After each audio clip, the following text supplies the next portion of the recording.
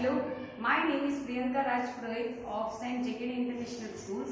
So today in our class we are going to learn about a class 10th topic, how do organisms reproduce. So let us start this topic, but a question already given in your chapter heading, that how do organisms reproduce. But before that, why do organisms reproduce? Is that important to reproduction? Yes, it is important. Why? Because reproduction is the essential process to increase our future generation. For example, we are human beings and we want our next generation to come, and our name also should move on with the next generation. That's why reproduction is essential. If there is no reproduction, the species will extinct. Our species or any other kind of animal can also extinct if there is no process called reproduction. So let us understand this better. So how do organisms reproduce? As we all know, there are reproductive parts in a human body, and all the other animals' body consists of reproductive parts. So based on that, reproduction is of two types. What are they? Let us learn. Reproduction is of two types, sexual and asexual reproduction. So what is a sexual reproduction and what is an asexual reproduction? The reproduction which takes place in between two parents. For example, we can take the example of human beings. In human beings, the sexual reproduction usually takes place. There is a combination of two parents, their cell gametes will fuse and a new baby or the child will form. So that type of reproduction we can consider as a sexual reproduction. So what is an asexual reproduction? Asexual reproduction is a type of reproduction which not two parents. There may be two parents or may not be. One single parent can also reproduce its young ones. So that is an asexual reproduction. So sexual reproduction can just not only take place in human beings, it can take place in flowers also. So how it takes place in flowers? In today's topic we will understand this. So sexual reproduction in flowers. So in flowers the sexual reproduction takes place with the help of two parts. The two parts are nothing but male and female parts. So how a flower has consists of a male part and a female part? Yes, there is a presence of a male part and a female part in a flower.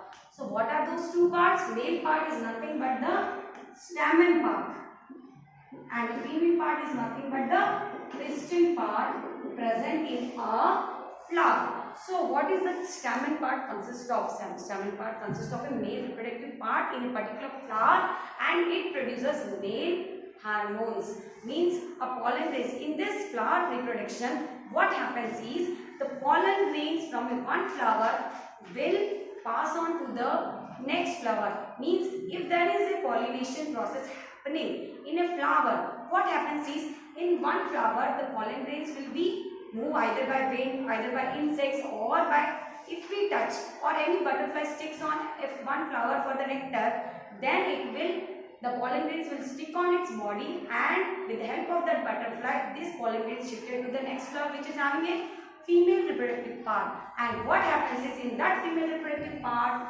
the fertilization takes place. So how this fertilization takes place? So we will understand this. So what happens is in a female reproductive part, that is called the pistil. In that pistil there is a part called ovary. Inside that ovary, what happens is a zygote is being formed. A zygote, how it forms?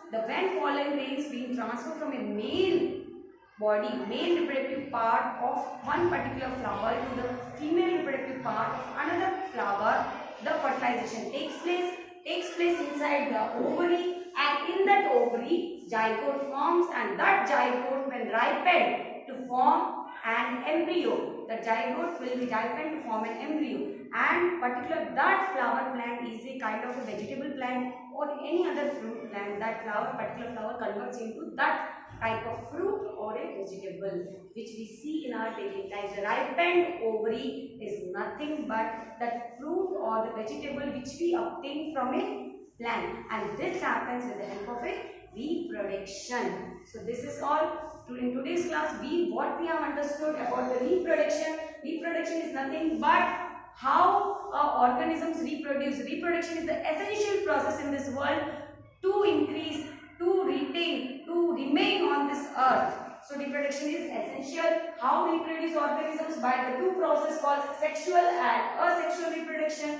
What is a sexual reproduction? In which the reproduction takes place between the two parents, especially human beings, and asexual reproduction takes place between the smaller organisms or very simple organisms, not complex organisms, and in that single parent can be involved. And we have understood that sexual reproduction in flowers takes place between the one flower to another flower. There are also two types of flowers, I can say, that is unisexual and bisexual. So it can take place between two unisexual and it can take place between a single bisexual flowers, because they are having the sexes in one flower itself one, and in one flower they can have the two also, male and female parts also at a time. So that can be takes place within the flower, or cross pollination can also take place. So this now sexual reproduction will take place in the flower, within the pistil, or within the part called ovary, and in that ovary a zygote is being formed, and the ripened zygote,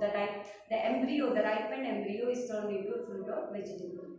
So I think you may have understood what is reproduction, how reproduction is essential, why reproduction is essential, and what are the types of reproduction. So in the next class we will going to learn about more, because there are lots of sexual reproduction examples and asexual reproduction examples. So have a great day.